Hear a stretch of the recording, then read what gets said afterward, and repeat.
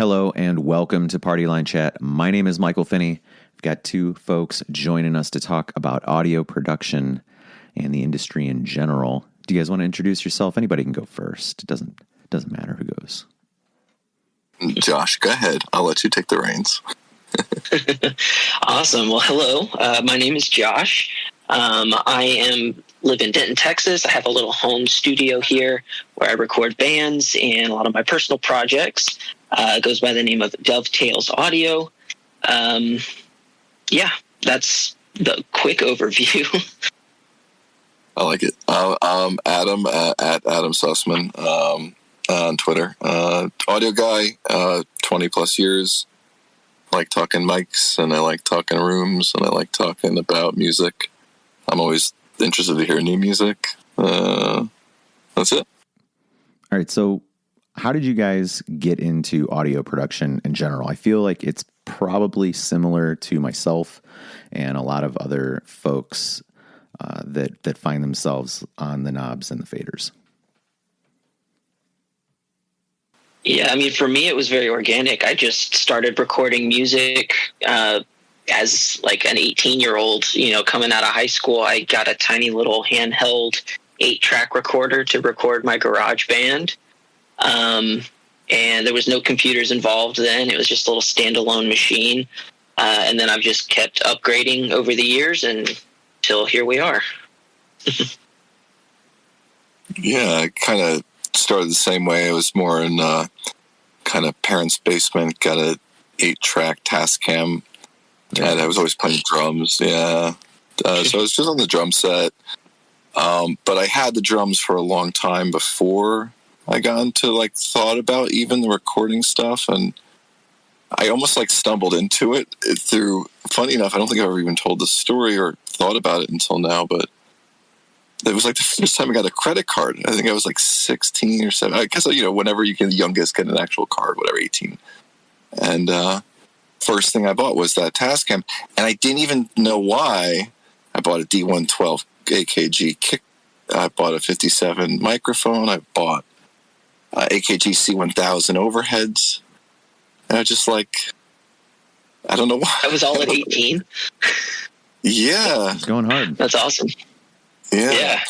And I don't understand. I really, because I was just a drummer.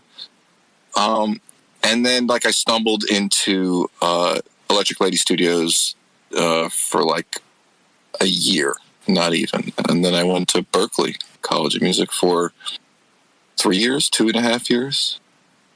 And then just been making music or thinking about music most of my life. Yeah, it's funny you say you started with drums because that was the same for me.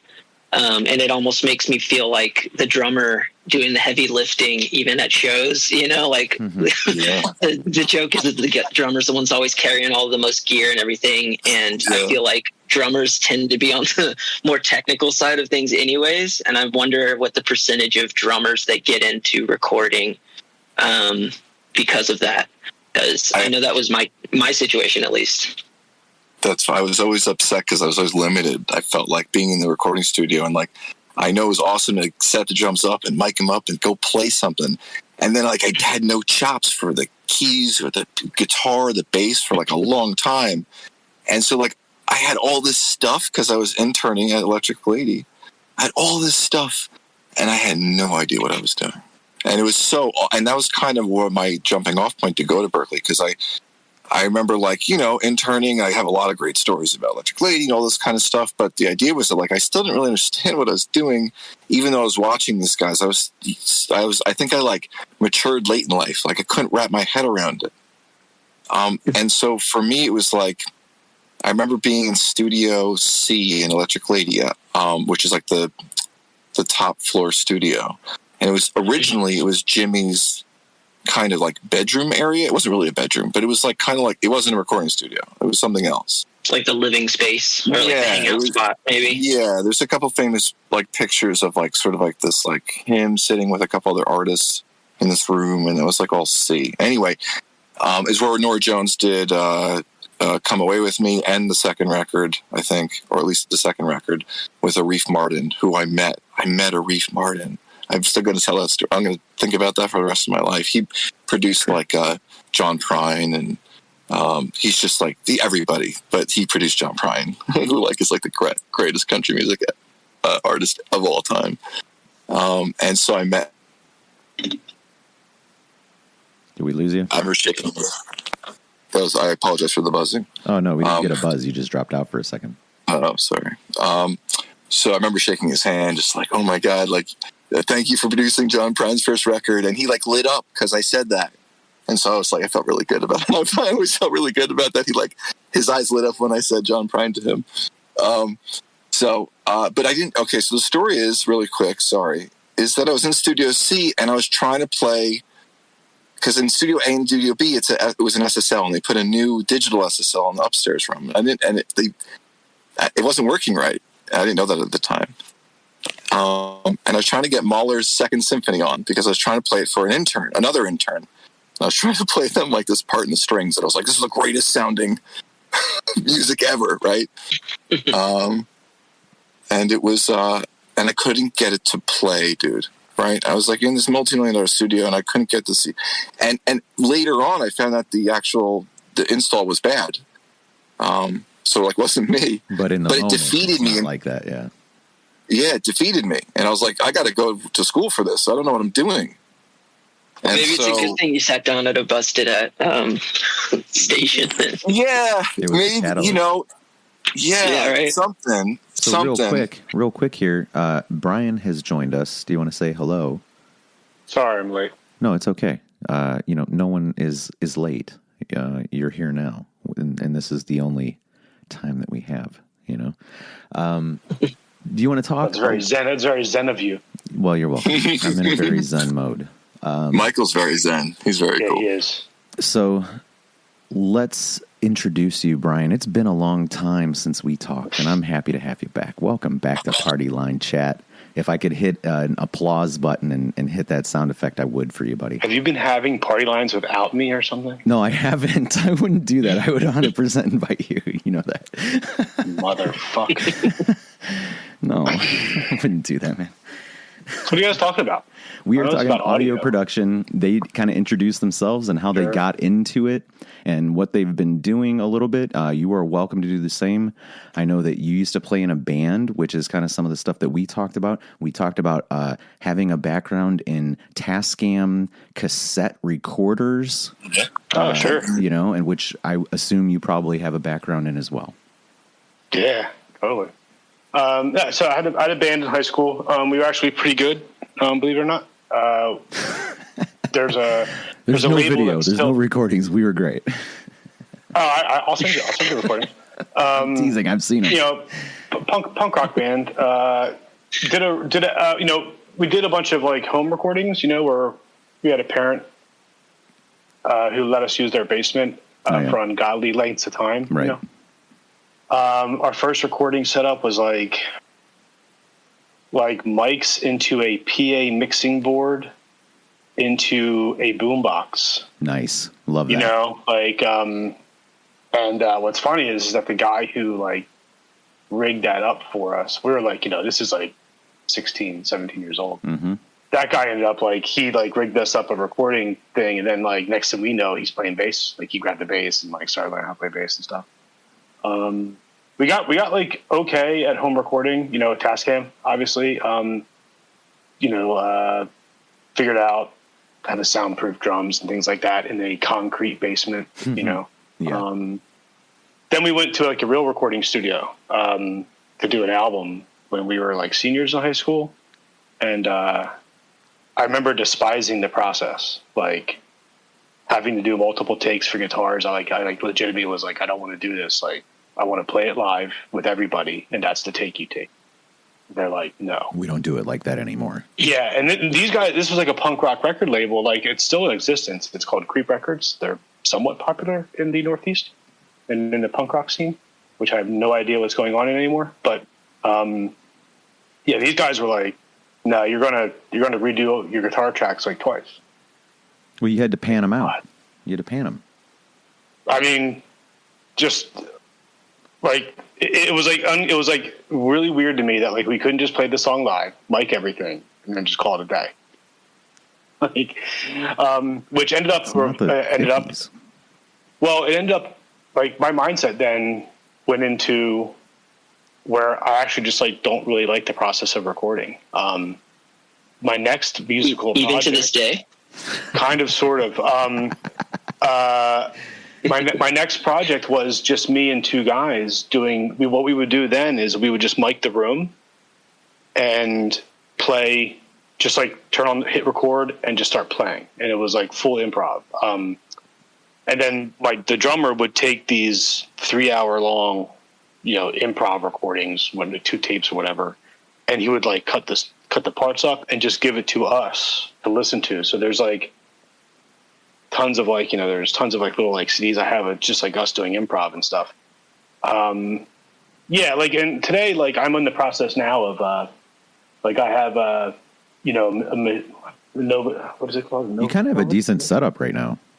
I mean, I need to get a Mac. I need to get a new Mac Mini. But other than that, yeah, I have like the Machine pad. I got the Native Instruments keyboard.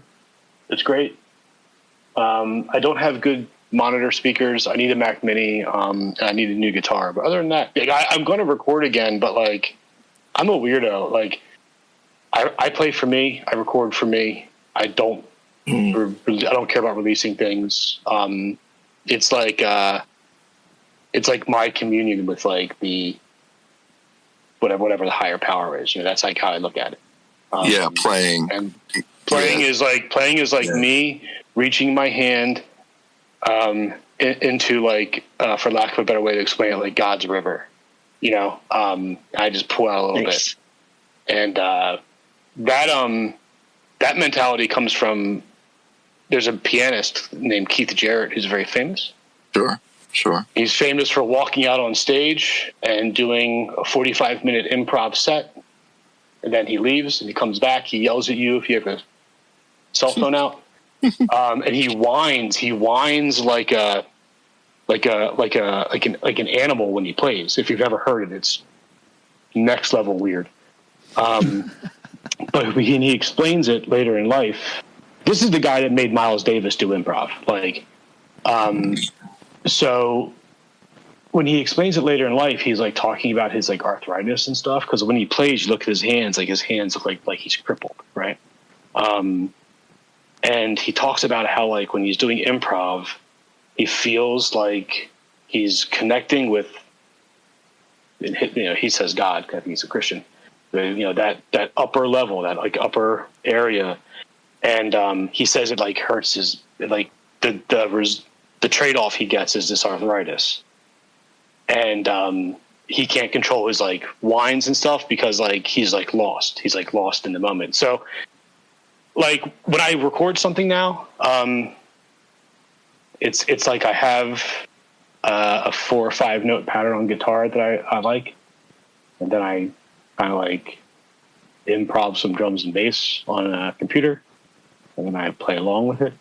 But yeah, that's kind of where I'm at now. I have a feeling I'm going to be making guitar tracks to a lot of rap and hip hop, bass and drum tracks, I think is where I'm going to be going for the next year or so. What's pushing you in that direction? So what's weird, like a long time ago, like 4 or 5 years ago, I just kind of realized like, I don't really have good rhythm. Like I don't really have it. And I don't like my guitar style was very, it comes from like a punk rock / rock and roll background, which is not very vocal. So I started a long time ago playing guitar to, like rap instrumentals. Mm-hmm. You know what I mean? Like you can get the instrumental album so a good example would be like, the good example would be like the guy who did A$AP Rocky's first couple albums. He's got instrumentals of those. So I would play guitar with it, and it would force me to slow down a lot. It would really force me to like play less notes differently. Actually, when I play on hip hop, for sure, because it's like you have such a bass and drums focused thing, and like these melodies and harmonies kind of pop in, and it's like you have to find space there and not overshadow like the vocal, which can be eaten up because it's not necessarily always melodic. Yeah, I think when you start out in any art form, your instinct is to destroy. And the older you get, I'm actually stealing this from Pynchon. He said this about art. The young writer, the young artist, the young musician wants to like break everything. And that's why like punk rock is a young person's thing. It's why like new music from young people is often jarring, but the older you get, you realize that, less is more, and timing is everything, in like life and art, I guess. So yeah, I started playing with a lot of rap stuff. And then, I just kind of found this one band that has merged like high technical craft with pop chord structures. And who are you talking rap. about? I'm talking about Polyphia. Yeah, I thought maybe you were. I mean, I stopped playing guitar for a while, and then I discovered Polyphia, and I was like, now I want to play guitar again. Wow. Well, it's a double-edged sword. Just like I'll never play that, but I want to play it again. Well, there's the rare artist that does the thing that is like, I'll never reach that pinnacle, but I want to try to get there. And I think those kind of artists are like, well, because Steve Vai never made me feel that way, right? But Polyphia makes me feel like I'll never get there, but I want to walk that path a little bit. I want to segue with something here because you brought up Pynchon, and quickly I'm in. Of course, I did. I'm in the home stretch, bud. I got like 60 pages left in this thing. I'm wrapping it up. You're in the epilogue, right? Not quite. I'm like right there. Okay. On Against the Day, for context for the other folks hanging out here, and also the thing about Pynchon is how musical he is. I think not only as an individual, his interests. He went to the movie theaters and saw musicals. Right, but like that's why. That's like literally why. Maybe, yeah. But I mean, that seems fair. But then the other side of it is like he has studied deeply into the intricacies of music and stuff like that. He very well might be a musician disguised as a writer. He plays the kazoo. That's good enough. So let's spin it back in. Let's get these guys in here and let's talk. Yeah, sorry for ranting. No, it's okay because they did the same thing when they had their chance too. So it's good. We want to revolve things, but let's make it conversational. Let's spin them in and let's talk where are we headed. You're working on some music. These guys are producing, probably playing as well. Myself, I've got some musical things that are on my mind. And I don't want to necessarily give them up or allude to them, but like, I do think about music. It is on my mind. So where are we headed? Where are you guys headed? Bryan, you were working on a record, but Josh, Adam, what do you got going on? I actually have an ambient album that I am trying to find a home for, that I just finished earlier this year. But yeah, most of my productions are my own in my bands, to be honest. And the setup I'm in now doesn't have a full studio area for like a band to set up. So it's mostly just I'm in Denton, Texas. Okay, cool. So north of Dallas, basically. Yeah, south of Philly. South of Philly. Cool. Oh, no, you said you're south of Philly, not he's south of Philly. I can see both.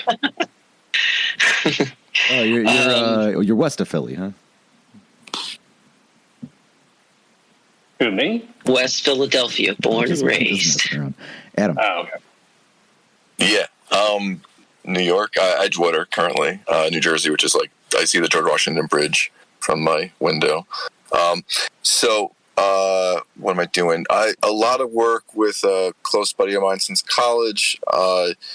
He's been doing a lot of, sort of Tom Waits style, but more country and more original. I don't know, it's good stuff.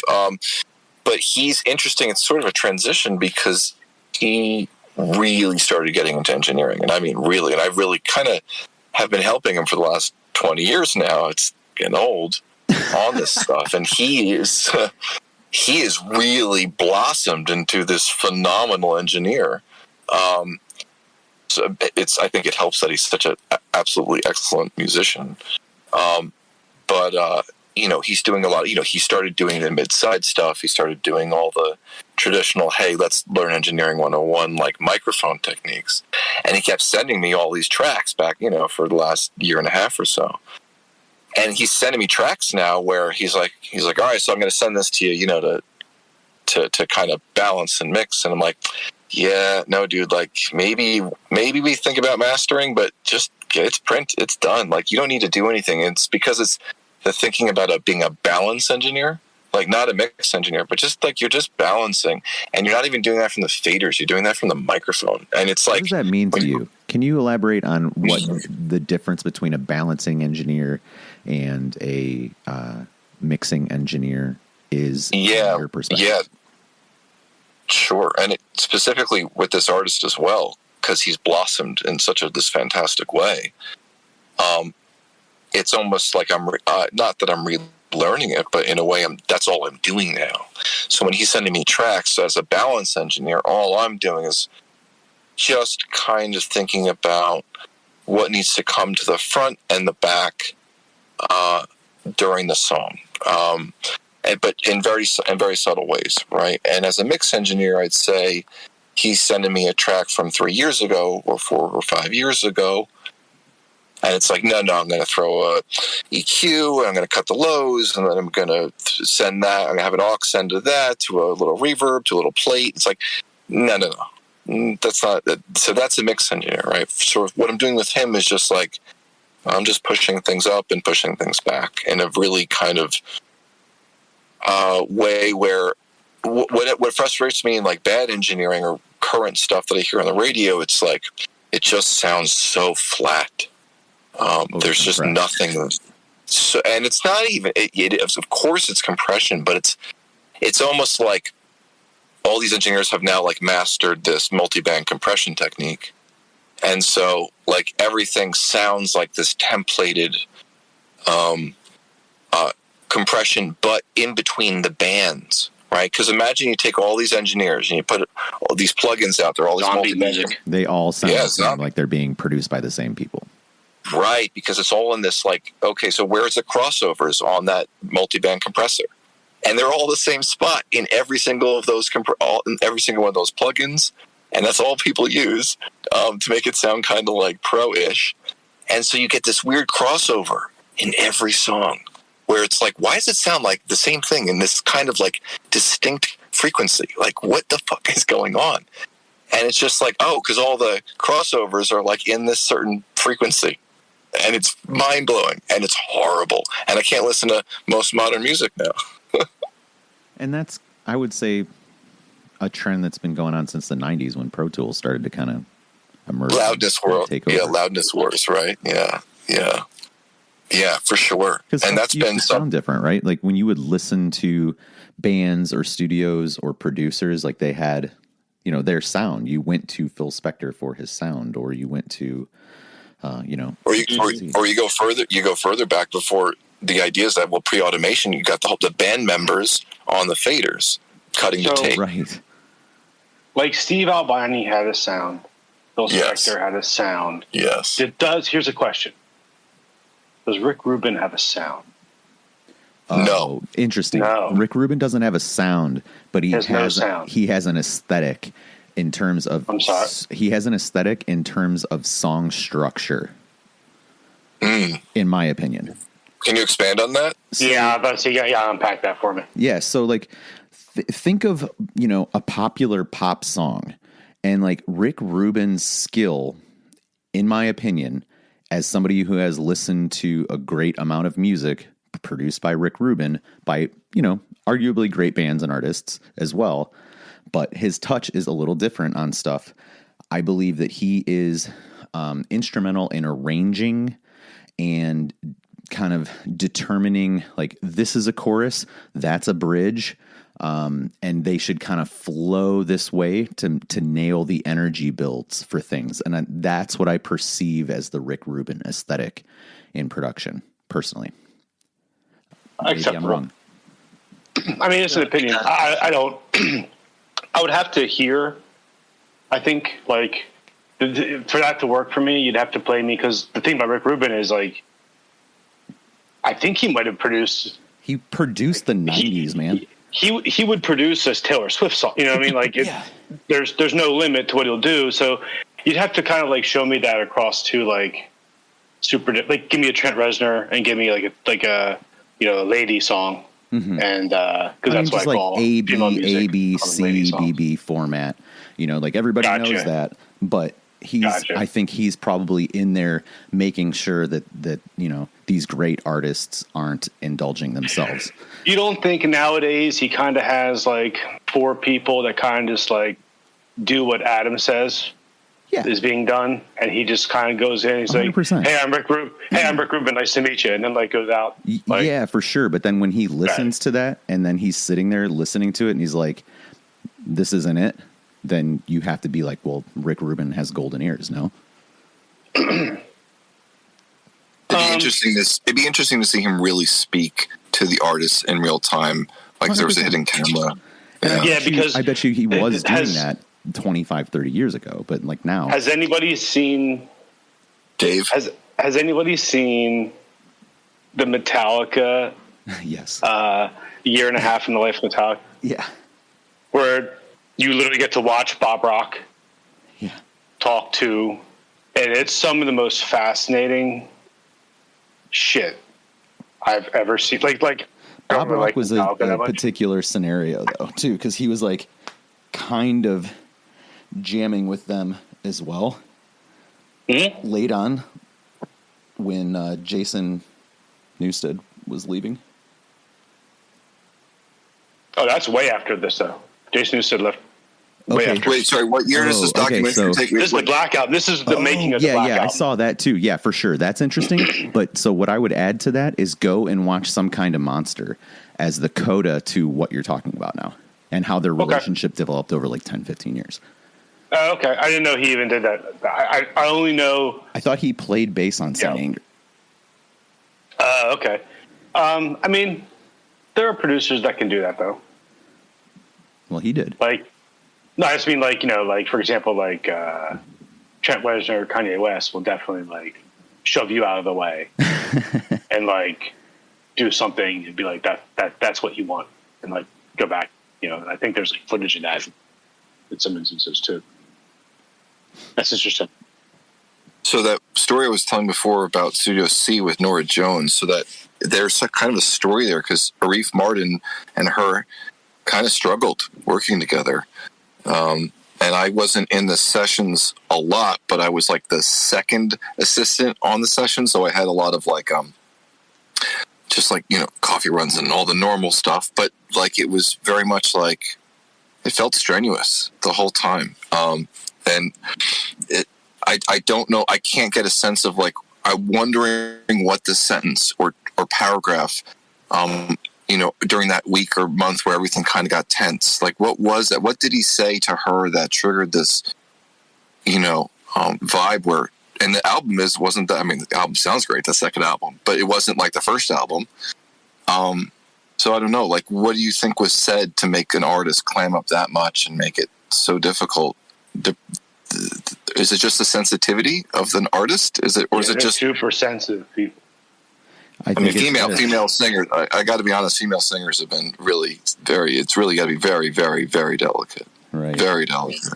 I think, and I'm pretty good at it, but I feel like you're either if you're like a super popular pop artist, like music artist, I feel like you're either like really, really sensitive or like a monster.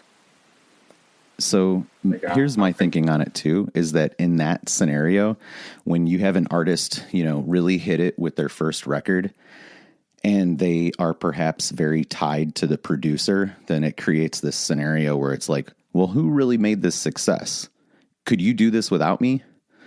That happens in rap like all the time. And you have the other element of that, which I think is like on any artist's mind, like the sophomore slump, so. I think you might not remember, but there was a Partyline where Bryce Wiener was on, and he was like talking about Taylor Swift. And I like made a comment like, cares about Taylor Swift or something. He's like, oh, everyone cares about Taylor Swift. And like, he like, well, ran on Taylor Swift. And after doing some research, her career is more interesting than like I realized at first. Yeah, she's had a pretty dynamic career. Yeah, and like I mean, I don't know who her first producers were, but I guess she like it's like her and someone else, and that's it. Like, I have to look, but I don't know if she goes to anybody like a Rick Rubin. You know what I mean? Like, I don't think she does it. Yeah, I'm not sure. They're hyper overproduced. I think every album she's had. So certainly somebody's been doing stuff. Actually, I don't know the original producers of her. Yeah, she had a contractual issue with her original producer label or whatever over her master. But that was the owner. That was the owner. Like, that guy like bought her stuff. Okay. That's what happened. And like, I mean, maybe you don't know the story, but then I don't know all the details for sure. I don't. So yeah, some dude bought. That's Scooter Braun. Bought all her stuff, and then in response, she re-recorded all her stuff. That part I was aware of, that she like, which is really cool because it had something to do with like his ownership of the masters and licensing for those masters. So she's like, well, the songs are mine, so I can just recut them and put them out again. Yep. Which is cool. That's good. Good for her, I think. You know, it's certainly indicative of the strange world we live in.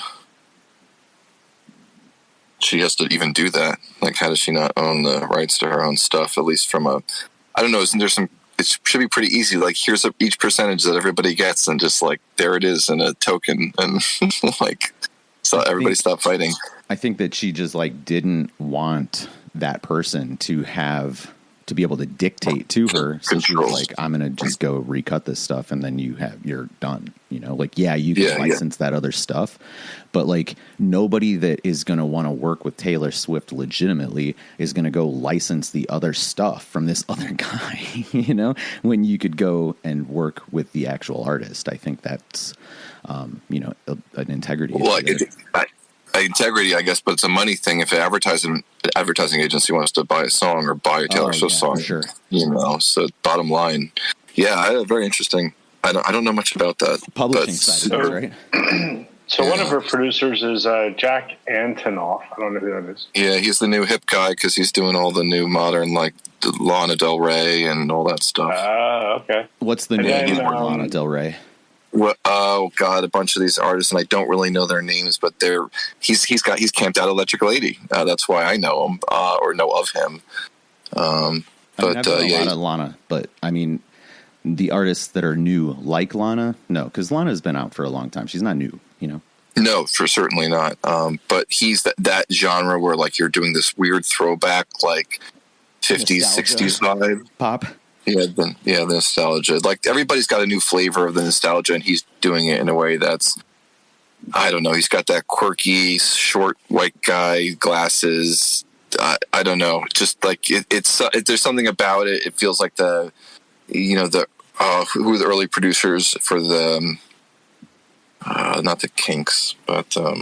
Do we need new instruments to get new music?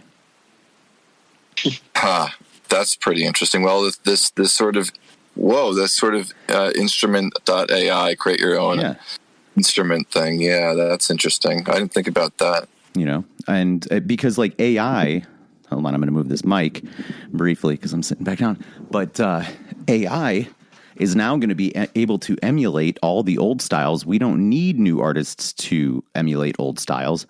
We need artists to carve a path forward, but they need new tools, right? So guitar, it's extinct. Keyboards, extinct. In my opinion, there's just like not new ground to cover there.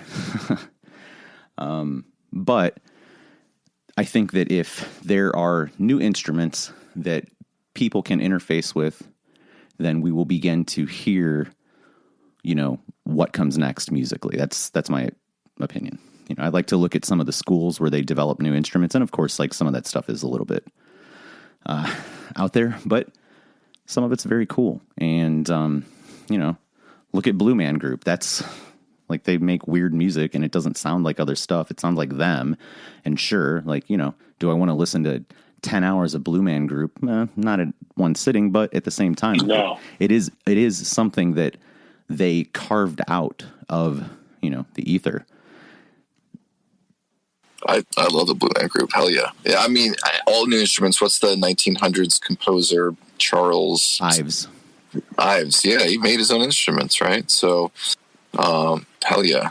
The microtonal stuff is kind of weird to me. It's like, it took me a while to hear Miles Davis. And so just like maybe the microtonal stuff, maybe just going to take time to hear it, I'm with it. Yeah.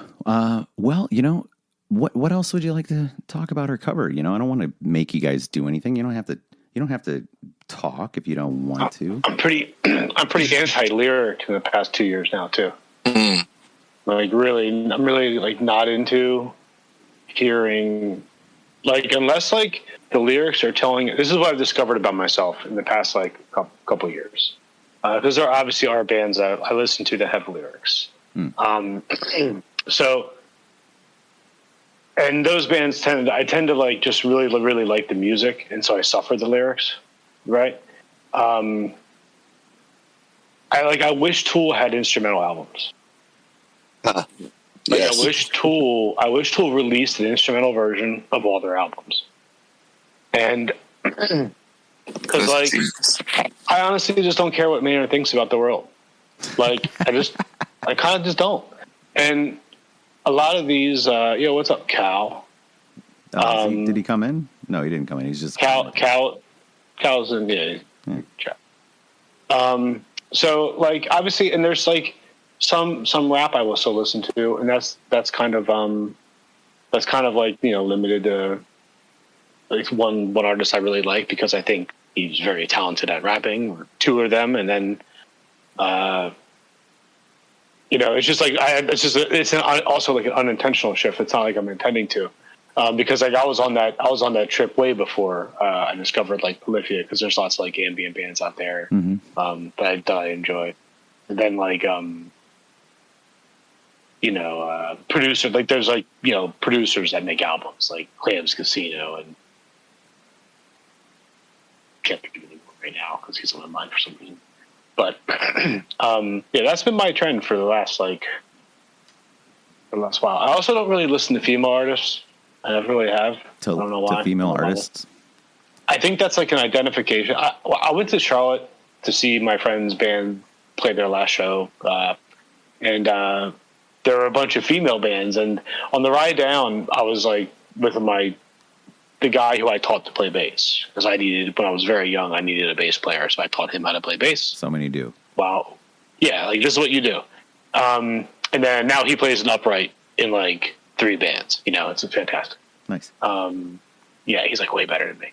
So we're like driving down, and we're kind of just like listening to music, shooting the shit. I'm like playing stuff that I've like I listen to currently, and vice versa. And he like said like, "Hey, you might like this band," and I was like, "Do you have a female singer?" And he's like, "Yeah." I'm like, "Yeah, I don't like that." and then like, it's something I realized like with few exceptions, like maybe like a handful, I just like don't listen to female singers. I have been listening primarily to female singers over the last year and a half, and preparing to release a Spotify playlist soon of just female singers. It's not only female singers, no, but it is. I would say predominantly. Henry's internet's no good. It's predominantly female singers. There's a couple of male singers, popping in. There's a little bit of hip hop stuff, but yeah, mostly modern pop, top 40. Getting it out of my system, Okay. I'm really curious to know why you specifically don't like the female singers. Like, I've been thinking about this for so long.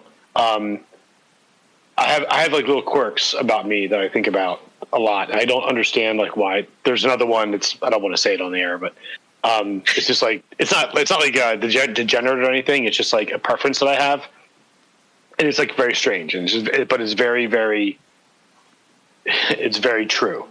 There's like no exceptions to it, and so I think about that. I think about the female singers a lot too, and I don't really know other than I think it's before I picked up guitar to learn how to play guitar, I would air guitar. Like I would like listen to something on my headphones, like way before I could ever, like I couldn't drive. I was like home, like bored, listening to music. And for some reason my parents would buy me like the cool stuff. Like they bought me like, Nirvana and 9 Inch Nails and, punk rock stuff. Like I was able to order like, punk rock stuff because my grandmother would take me to Borders Books and Music and I would grab a Maximum Rock and Roll magazine from, you know what I'm saying?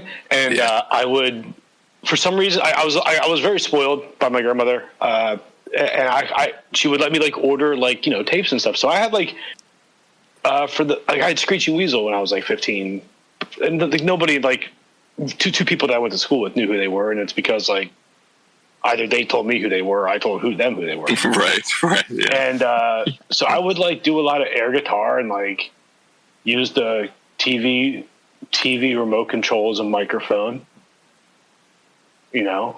That embarrassing like little young kid cringe shit. Of course. And I think it's just like straight up identification. Like, and when I was doing that, I never did it with a female. Like, because when I like music was a very, very true escape.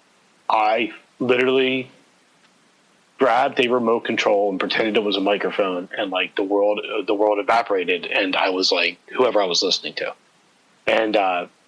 And because I have a penis, I never did that. I never picked up a female artist to do that with. Like, because that's like how when I couldn't do that, when I'm walking home from the bus with my headphones on, listening to, Bad Religion, I'm not walking home from the bus. I'm Bad Religion. Like I forget the guitarist's name now, but at the time I knew his name, and I'm that guy.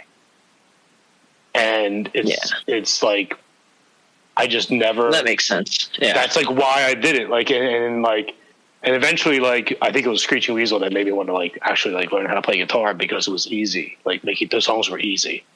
Nice. And and then I think that's why, and it's never changed really because I think like I probably feel that same feeling exists. I think when I listen to like bands I really enjoy still today. But there are exceptions. I have there's no exception. I mean, I love Bjork, even though I don't like the last 6 albums she's put out. Bjork's one of those exceptions for sure. I'll listen to anything she puts out at least once. At least I got exactly every album I listen to. I don't like them, but every album I'm going to listen to because she has something that's just the weird, like she's like an oddity. It's just an oddity almost. But, her early stuff, like when she was doing the jazz band with her Icelandic, crew. It's like they redid Icelandic, traditional tunes, and they did it like punk rock, but like in jazz. It was crazy. It's one of the best albums. Gling Glow, it's called. I can't remember the name of the album. Gling Glow, Gling, Gling Glow, and it's the craziest shit you ever hear. And it was when she was like 18, 19, and it's amazing. And she does a cover of like Ruby Baby and like all these sort of like jazz. She does like 2 jazz standards. It's fucking awesome. I think I probably don't have it, but I think I've been, someone has played it for me. Probably. Yeah. It sounds familiar. Like, it's like an unofficial thing. No, 1990. You'll find it on Spotify. I just looked it up. 1990. Gling Glow. Oh, but it's on her Spotify. It is. It is on her Spotify. Cool. Yeah. Very different. Did you guys ever see that documentary of like the behind the scenes that she did? It's from like 1998 or something. I'm honestly. You what? She's talking about a TV or something. She's like having like this conversation on like in the kitchen or something about. Is that what you're talking about? I don't remember a kitchen scene, but it's like a full-blown behind-the-scenes of one of her albums. It's one of her big albums. I'm honestly not a big Bjork fan. I mean, I How dare appreciate you. the artistry. How dare you. I appreciate the artistry, but it's not something I ever like crave to put on my speakers. But it's actually really interesting for a documentary. She goes into the behind the scenes on, the actual studio side of making that album. You guys should definitely check it out. I'll see if I can find a link and I'll put it in the chat. Nice. That's awesome. Yeah, and of course, for me, like I just think all of her engineers and the way that they thought about mixing, especially like the vocal album, the all vocal album, like that shit's hard, to make good sounding record with 99% of it just being the human voice and making it sound full and have like this big, that's Mike from who's the guest singer on that album? Famous punk singer guy, Mike Patton. Oh, no kidding. Oh, yeah, for sure. Yeah, and so like he did a lot of like the look. Oh wait, so is Mike Patton's on the punk rock thing that she did? No, the whole vocal album, I think. Probably. Yeah, I'll find. It's Vespertine, I think. Yeah, I have a friend who like everything Mike Patton does. You have to listen to this right now. Oh yeah, he's crazy. He's awesome. Stop what you're doing.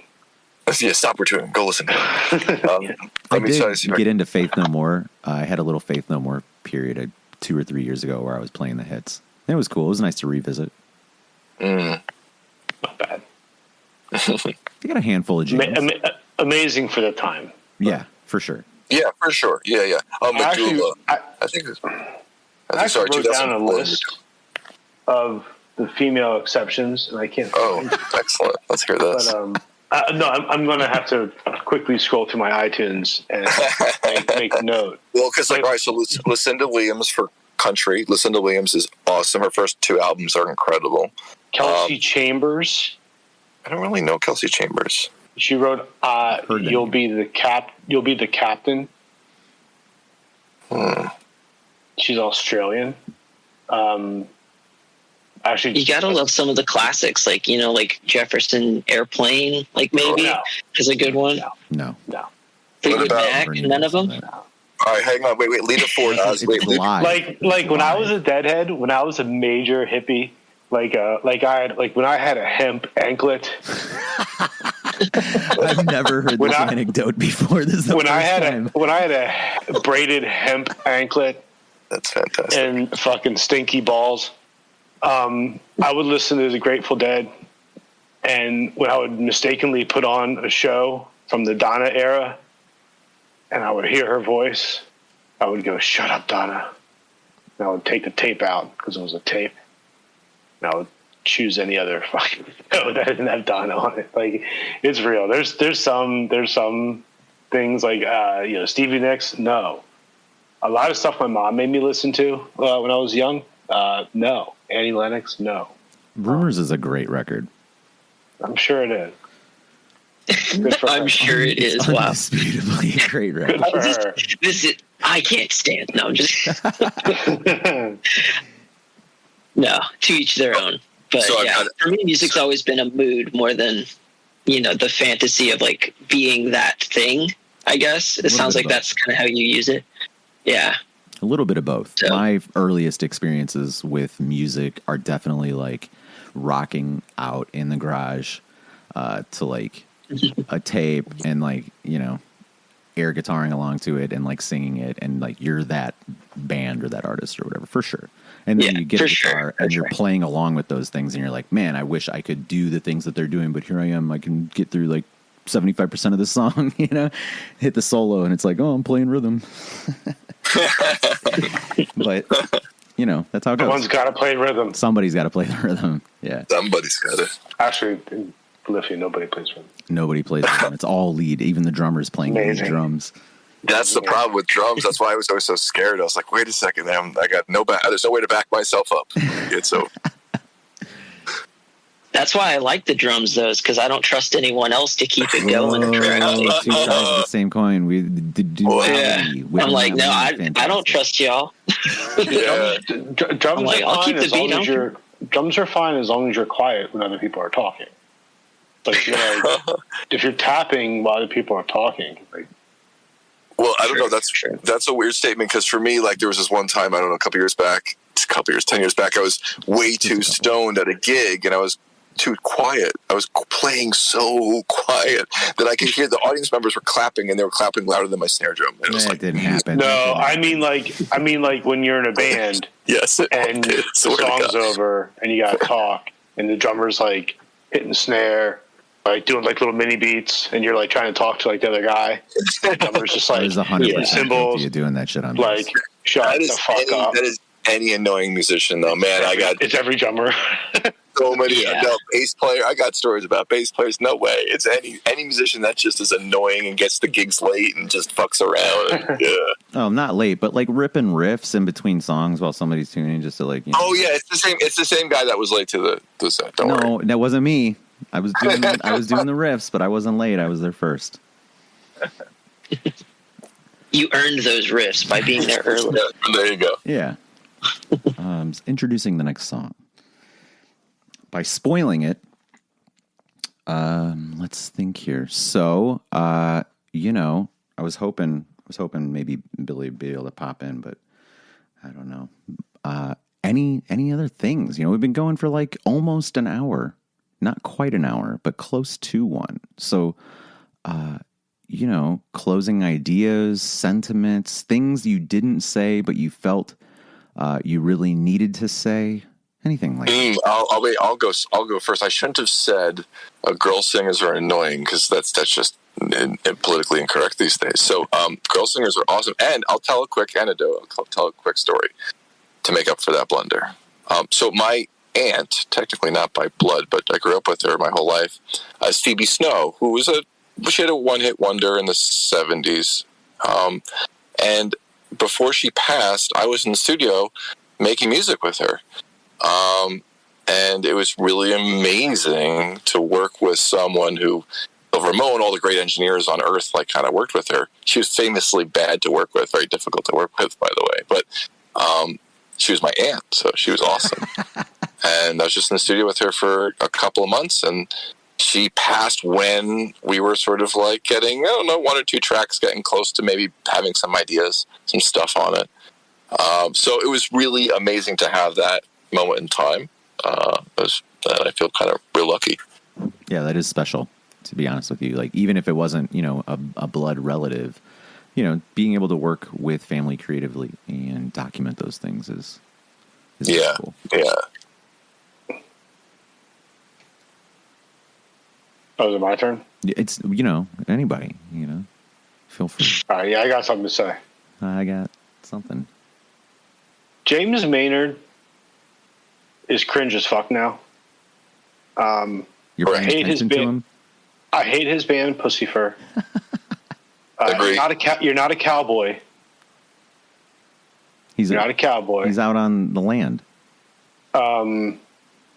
He's wine. He's making wine. I mean, the interviews, the cowboy. I've had enough. What's he talking about? I don't know. The best album was Lateralis, and after that, everything went to crap. 100% true. Lateralis is the most complete Vision. It's their black album for sure, but the best album is Anima. Is what? Anima, the one before it. Yeah, no. 100%. But close. Not true. It's 100% true. But close. The moments are bigger. No, well, okay. No, there are some. Yeah, there's some good stuff there's on some there. Fucking moments, man. Yeah, they're way more dynamic on Anima. It's their second best album for sure. Undisputably. Where it gets gritty is, do you start putting Undertow above? I don't like that album at all. 10,000 Days or Fear Inoculum.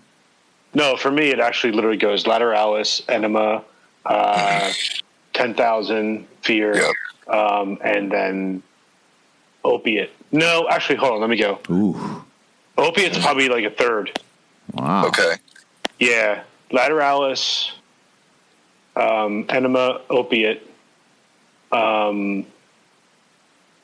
10,000, Fear. But I really like Fear. It's a good. I'm going to go ahead record. and say Fear is a better record than 10,000. You might be right. Yeah, Undertow. I never listened into some to of the points you made earlier about it's not even in my iTunes. And how instrumental Fear is, because it is a symphony that they let him sing on. Yeah, I like it.